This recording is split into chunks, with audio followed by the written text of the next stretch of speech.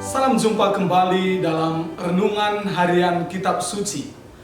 Saya, Pastor Fransiskus Ginting, akan membawakan renungan pada hari ini, hari Rabu, tanggal 12 Januari tahun 2022, Pekan Biasa pertama.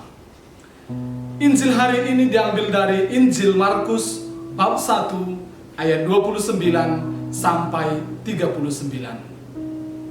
Sekeluarnya dari rumah ibadat itu, Yesus dengan Yakobus dan Yohanes pergi ke rumah Simon dan Andreas. Ibu mertua Simon terbaring karena sakit demam. Mereka segera memberitahukan keadaannya kepada Yesus.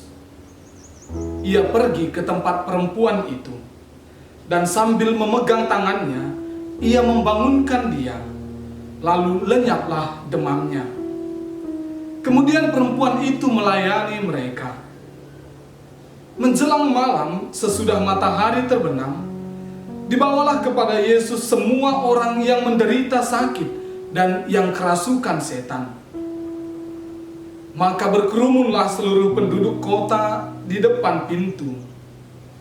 Ia menyembuhkan banyak orang yang menderita bermacam-macam penyakit dan mengusir banyak setan. Ia tidak memperbolehkan setan-setan itu berbicara, sebab mereka mengenal dia. Pagi-pagi benar, waktu hari masih gelap, ia bangun dan pergi keluar. Ia pergi ke tempat yang sunyi dan berdoa di sana. Tetapi Simon dan kawan-kawannya menyusul dia. Waktu menemukan dia, mereka berkata, "Semua orang mencari engkau." Jawabnya, "Marilah kita pergi ke tempat lain, ke kota-kota yang berdekatan, supaya di sana juga aku memberitakan Injil. Karena untuk itu aku telah datang." Lalu pergilah ia ke seluruh Galilea dan memberitakan Injil dalam rumah-rumah ibadat mereka dan mengusir setan-setan. Demikianlah sabda Tuhan. Beberapa di antara kita mungkin pernah didoakan khusus oleh Opung Uskup Emeritus Monsinyur Pius Datubara. Kerap dalam beberapa perayaan, umat yang datang kepada beliau harus dibatasi, karena untuk mendoakan umat, beliau bisa lupa waktu, lupa makan, bahkan lupa kesehatannya sendiri.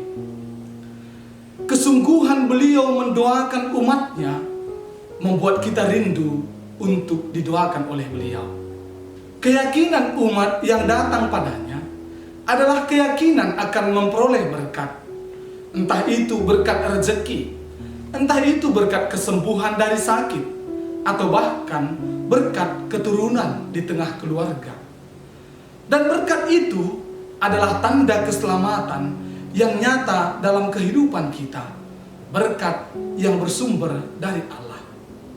Saudara-saudari terkasih, hari ini dalam Injil kita mendengar tentang perjalanan Yesus untuk mewartakan dan menyatakan keselamatan. Dalam perjalanan itu, Yesus menyembuhkan ibu mertua Simon yang sedang sakit demam. Kalau untuk masa sekarang, rasa-rasanya sakit demam ini bukan penyakit yang sungguh menakutkan. Ya, walau seandainya demam karena COVID, pasti mengkhawatirkan. Tetapi demamnya ibu mertua Petrus ini adalah demam yang kita mengerti selama ini. Bagi kita sekarang, mungkin ini permohonan yang terlalu sederhana, yang mungkin tanpa diobati pun, cukup dengan banyak minum, bisa sembuh. Tetapi kita mendengar bahwa Yesus ternyata menjamah ibu mertua Simon dan menyembuhkannya. Menjamah berarti mendoakan dan memberikan daya kesembuhan. Setelah itu, ibu mertua Simon sembuh. Dan hari itu juga Yesus menerima dan menyembuhkan banyak orang sakit dan kerasukan setan. Dan setelah menyembuhkan banyak orang, pagi-pagi benar, ketika suasana masih sangat hening, Yesus pergi ke tempat yang sunyi dan berdoa. Menarik.